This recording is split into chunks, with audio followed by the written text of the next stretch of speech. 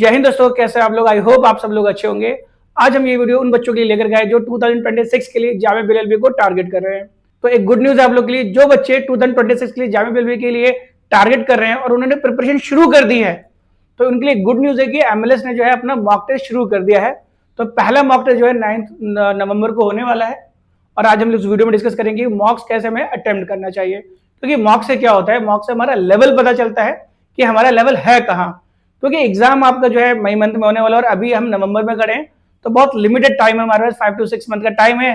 तो एक्चुअल में आपकी प्रिपरेशन कितनी हुई है ये हमें कहां से पता चलेगा, ये हमें मॉक से पता चलेगा, जो हम लोग full length mock test Jamia Millia LLB के लेटेस्ट पैटर्न में हम लोग कंडक्ट करने जा रहे हैं 9 नवंबर को। ठीक है, तो आज हम लोग बात करते हैं उस मॉक को हम लोग कैसे अटेम्प्ट करना चाहिए। तो सबसे पहले जब भी आप लोग अपने मॉक्स को, कई बार होता क्या है कि मॉक्स के बाद आप लोग जो है डिमोटिवेट भी फील करते हो क्योंकि मार्क्स नहीं आता है ना। क्योंकि आपको मालूम है जामिया का कट ऑफ जो है इस बार 99 के आसपास गया था। तो होता है क्या है, जामिया का जो इस बार कट ऑफ है जनरल कैटेगरी का वो 99 गया है और जो फुल लेंथ मॉक टेस्ट होगा आपका एमएलएस का जो मॉक टेस्ट होगा 150 मार्क्स का है। ठीक है, अब इस मार्क्स 150 में से 99 आपका टारगेट होना चाहिए कि हमारे जो मार्क्स है वो 100 प्लस जाए। देखो कंपटीशन तो इंक्रीज होने ही वाला है, राइट। अब इस कंपटीशन को कैसे हम लोग जो है ओवरकम कर सकते हैं, इसकी प्लानिंग तभी कर सकते हो अगर आप लोग अर्ली शुरू करोगे। लास्ट में टाइम बचेगा नहीं, 10 मार्क्स ऐसे तो नहीं आएगा। उसके लिए हमारी कुछ स्ट्रैटेजी होनी चाहिए। स्ट्रैटेजी क्या होनी चाहिए, तो जब भी आप लोग मॉक को अटेम्प्ट करें तो सबसे पहले तो मैं आपको यही गाइड करूंगा कि जितना भी आपने पढ़ा हुआ है उसको है ना हार्ड रिवाइज करें। रिविजन जो है बेसिकली वो की है, जितना रिविजन करोगे ना तो नेगेटिव होने के जो चांसेस है बहुत ज्यादा कम हो जाएंगे, है ना। क्योंकि जैसे हम लोग मॉक जो है बेसिकली वो 150 मार्क्स का होगा, सेम पैटर्न होगा, यानी इसके अंदर लीगल एप्टीट्यूड, लीगल रीजनिंग के क्वेश्चंस होंगे जैसे जामे पूछे जाते हैं, जीएस के क्वेश्चंस होंगे, जीके जीएस जिसमें स्टैटिक जीके भी होगा, फिर करंट अफेयर्स का पार्ट होगा, फिर इंग्लिश होगा और साथ में एलिमेंट्री मैथमेटिक्स होगा। ठीक है, तो टोटल मिलाकर के 150 क्वेश्चंस आपके बनेंगे। तो इन एरियाज में आपको जैसे लीगल एप्टीट्यूड, लीगल रीजनिंग में कुछ टॉपिक्स हैं जो आपको अच्छे से कवर कर लेना चाहिए। जैसे टॉट हो गया आपका, कॉन्ट्रैक्ट एक्ट हो गया आपका, है ना, मुस्लिम लॉ हो गया आपका। ठीक है, उसके बाद हम लोग जो है उसके अलावा हम लोग बात करें बीएनएस हो गया, है ना, लैंडमार्क जजमेंट हो गया, मैक्सिम हो गया। तो ये सब चीज आपको कवर करना है। प्रिंसिपल फैक्ट्स के क्वेश्चंस आ गए, वो सब प्रैक्टिस करना है आपको।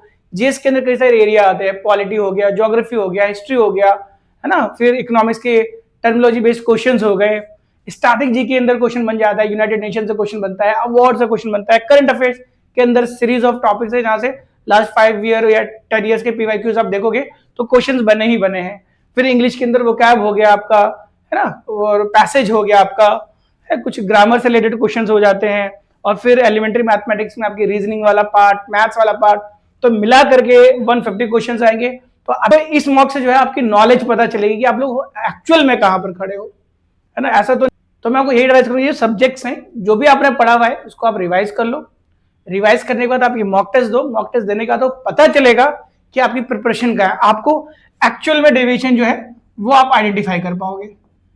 डेविएशन ही चाहिए, क्योंकि डेविएशन जब तक नहीं पता चलेगा तब तक कैसे आइडेंटिफाई करोगे हमें क्या क्या करना है। तो अभी तो बेटा आपको इसमें आपको एक और बात हम बताते चलते हैं, जो ये मॉक टेस्ट हम लोग ने लॉन्च किया है बेसिकली ये सबके लिए हमने ओपन कर दिया है। तो जो बच्चे एमएलएस में है या एमएलएस में नहीं है वो जो है हमारे यहाँ मॉक टेस्ट जो आप लोग ले सकते हैं। और जो ये मॉक टेस्ट जो है बेसिकली ये सबके लिए ओपन है। ठीक है, तो जो बच्चे भले ही एमएलएस का पार्ट है या एमएलएस के पार्ट नहीं है, वो अगर ये चेक करना चाहते हैं कि उनका लेवल क्या है, तो ये हमने मॉक टेस्ट जो है ओपन कर दिया है सबके लिए, चाहे यहाँ पे इनरोल्ड हो एमएलएस में या नहीं हो। तो ये मॉक टेस्ट जो है बेसिकली 9 नवंबर को होने वाला है, मैं आपको बताता चलूं, और ये ऑफलाइन मोड पे होगा जामिया नगर न्यू दिल्ली में। तो जो बच्चे इस मॉक को देना चाहते हैं इन ऑर्डर टू आइडेंटिफाई कि उनकी प्रिपरेशन कितनी है, तो आप इस मॉक के अंदर भी रजिस्टर कर सकते हैं। इसकी जो लास्ट डेट है रजिस्ट्रेशन करने की वो 7 नवंबर है। ठीक है, और इस नंबर पे आप व्हाट्सएप करके डिटेल ले सकते हैं। लास्ट डेट जो है वो 7 नवंबर है, राइट। और जो आपका जो मॉक होगा वो ऑफलाइन मोड पे होगा, है ना, that is the 9 November. Okay, तो चलिए आगे हम लोग बढ़ते हैं। और आपको क्या क्या ध्यान देना चाहिए, है ना। सबसे इंपॉर्टेंट चीज तो यही है कि आप इसके अंदर जो है रिविजन करें, और रिविजन करने के बाद, है ना, सेकंड मोस्ट इंपॉर्टेंट चीज है, जब भी बेटा आप लोग मॉक दें तो टाइम को मैनेज करना सीखें, है ना। ये बहुत important, time management is very important.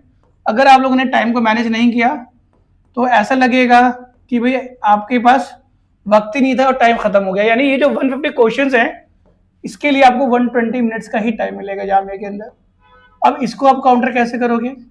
तो उसके लिए मैं आपको एडवाइस करूंगा कि जो क्वेश्चंस है बेसिकली उसको आप लोग राउंड्स में करें। मतलब फर्स्ट राउंड जो है यहाँ पे, मतलब 3 राउंड्स में आप लोग करें। फर्स्ट राउंड के अंदर मैं आपको एडवाइस करूंगा सिर्फ उन्हीं क्वेश्चंस को करो जिसमें आप लोग 100% श्योर हो, और जो क्वेश्चन जो आप 100% श्योर नहीं हो उसको आप छोड़ दो।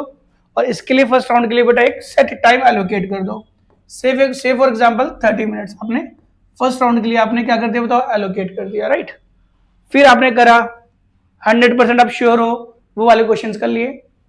फिर क्या होगा, आप सेकंड राउंड में जाओगे, ठीक है। सेकंड राउंड फिर आप जो है ना उसमें जाओ। ऑब्वियस सी बात है इसमें आप 100% श्योर नहीं हो, उस पर आप थोड़ा सा माइंड लगा लो। देखो 100% श्योर किस पे हो गया, 100% श्योर उस पे होगा जिसको आपने अच्छे से रिवाइज किया होगा, जिसके बारे में आपके पास नॉलेज होगी, है ना। और फर्स्ट राउंड बेटा मैं आपको ये भी एडवाइस करूंगा सिर्फ उन्हीं क्वेश्चंस को करो बेटा जो इजी गो में कर पाओ, जैसे जो डायरेक्ट एमसीक्यूज होते हैं वो वाले क्वेश्चन, यानी पैसेज को हाथ नहीं लगाना, प्रिंसिपल फैक्ट वाले क्वेश्चन को हाथ नहीं लगाना, यानी और मैथ्स और रीजनिंग वाले क्वेश्चन को हाथ नहीं लगाना फर्स्ट राउंड के अंदर, क्योंकि इसमें आपको टाइम बचेगा। कम टाइम में आपकी जो इफिशियंसी होगी सबसे ज्यादा मैक्सिमम होगी। फिर आपको क्या करना है, फिर आप सेकंड राउंड में चले जाओ।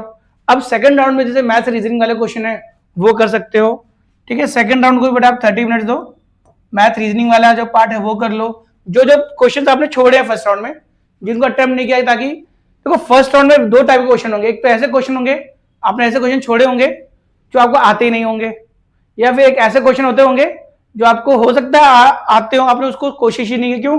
आपको पहले डर था कि वो उसमें टाइम ज्यादा लगेगा, जैसे मैथ रीजनिंग हो गया, प्रेजेंट फैक्ट हो गया, या फिर पैसेज वाले क्वेश्चन, उसको बेटा आप सेकंड जो राउंड है उसमें आप दे सकते हो 30 मिनट्स। फिर आप देखो कि इसके अंदर आप इसमें भी 100% वाले क्वेश्चन को आप आइडेंटिफाई कर लो। यानी 1 आवर के अंदर आपने क्या करा, वो सारे क्वेश्चंस चाहे वो लेंदी थे चाहे वो लेंदी नहीं थे, जिसमें आपका 100% आंसर आ रहा था, एटलीस्ट वो तो कर पाओगे। फिर अभी भी आपके पास कितना 1 घंटा बच जाएगा, 1 घंटा और है। अब फर्स्ट एंड सेकंड राउंड करने के बाद सीधा आप लोगों को क्या करना है बताओ, ओएमआर शीट फिल कर लेना है। फिर बेटा आपको क्या करना है, थर्ड राउंड में आना है।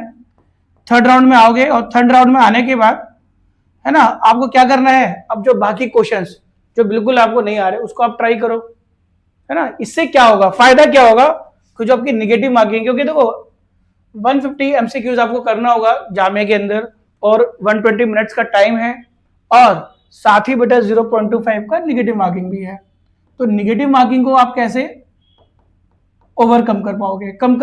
ओवरकम करने का बस एक ही तरीका है, रिवीजन करोगे। 100% जो क्वेश्चन है बेटा उसको आइडेंटिफाई करना सबसे इंपॉर्टेंट होता है। How to identify those question जिसपे आपका 100% श्योरिटी है, तभी इस नेगेटिव मार्किंग से बेटा ओवरकम कर पाओगे, राइट।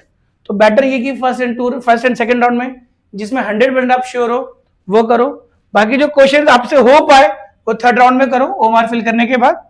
और उसके बाद जब आप पेपर सबमिट कर दोगे, जब फाइनल हो जाएगा, तब बेटा आपको पता चलेगा कि आपके मार्क्स कितने आए हैं, है ना। अगर आपके आएंगे 150 में से 150 में से आपके कितने स्कोर आ रहे हैं, अगर 50 में से 150 में से 80 को स्कोर आ रहे हैं तो ये मतलब आपकी पोजीशनिंग ठीक ठाक है, आपको 80 से कहाँ तक जाना है, 100 तक जाना है, तो फिर उसकी अलग प्लानिंग की जाएगी। अगर आपको 80 नहीं आ रहे, 70 आ रहे हैं, तब तो भाई आपको थोड़ा और पुश करना पड़ेगा।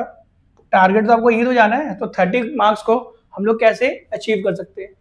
क्योंकि देखो करंट अफेयर्स तो अक्टूबर, आपको यही एडवाइस करूंगी अक्टूबर से लेकर के आपको अप्रैल तक का करना चाहिए, तो करंट अफेयर्स भी आपको शुरू कर देना चाहिए, ठीक है। और करंट अफेयर्स के अलावा जो बाकी सब्जेक्ट्स हैं उस पर भी आपको बेटा एज बना लेना चाहिए, देखना चाहिए किस सब्जेक्ट्स में आपके जो मार्क्स है वो कम आ रहे हैं, तभी तो आप अपनी जो डेविएशन है वो आइडेंटिफाई कर पाओगे, ठीक है। अगर आपके 70 से कम जा रहे हैं तब तो एक मैटर ऑफ कंसर्न है, एक क्वेश्चन मार्क है कि अभी तक आपने प्रिपरेशन क्यों नहीं शुरू करी, है ना। 70 नहीं आ रहे, 50 आ रहे हैं, तो इसका मतलब ये कि आप लोग ऑलरेडी लेट हो गए हो, है ना। पहले आप लोग हम लोगों ने एक वीडियो बना करके बताया था कि आपको प्रिपरेशन शुरू कर देनी चाहिए, और अभी भी अगर आप लोग वेट कर रहे हो कि नहीं, है ना, वक्त आएगा स्पेशल कोई टाइम आएगा, तो वो तो स्पेशल टाइम आता नहीं है, राइट। क्या नहीं भाई, ये वीडियो हम लोग लेकर के आए थे ताकि आप लोगों को पता चल सके। और दूसरी बात बेटा क्या होती है ना, जब आपका मॉक टेस्ट हो जाएगा, ये बहुत इंपॉर्टेंट है, विच इज वेरी इंपॉर्टेंट, जो मैं मानता हूं, है ना, post analysis of the mock. Post analysis, ये काफ़ी इंपॉर्टेंट बन जाता है ना। ये वो पार्ट होता है तो जो जनरली जो है मैक्सिमम बच्चे इसको छोड़ देते हैं, और जो बच्चे एक्चुअल में जिनका सिलेक्शन होता है, जो टॉप रैंकर्स जो होते हैं बेसिकली, वो इसको जो है बहुत सीरियसली करते हैं। हर एक क्वेश्चन पे देखेंगे कि भाई इस क्वेश्चन में उनकी कमी कहाँ रह गई है ना, वो कहाँ क्यों पीछे रह गए, क्या उन्होंने उनको पढ़ा नहीं या फिर रिवाइज नहीं किया। दो ही चीज़ हो सकती है ना, आप क्वेश्चन क्यों छोड़ करके आओगे, या तो आपको याद नहीं आ रहा होगा एग्जामिनेशन हॉल में, दो ही रीजन हो सकते हैं, या तो आपने पढ़ा ही नहीं होगा, या तो आपने पढ़ा होगा तो उसको रिवाइज नहीं किया होगा। तो रिवीजन इसीलिए आपको स्टार्टिंग में कहा था रिवीजन क्यों इंपॉर्टेंट है।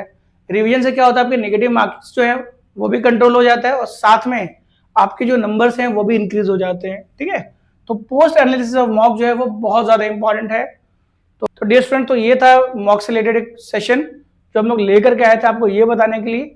अभी आपको प्रिपरेशन अगर नहीं हुई है या आप कर रहे हो प्रिपरेशन, तो आप अपना लेवल जो है वो चेक कर सकते हैं इस मॉक के थ्रू। तो डियर स्टूडेंट, हम लोग नेक्स्ट वीडियो में और भी किसी इंपॉर्टेंट इन्फॉर्मेशन के साथ आएंगे। तो dear students, in the next video, till then bye bye.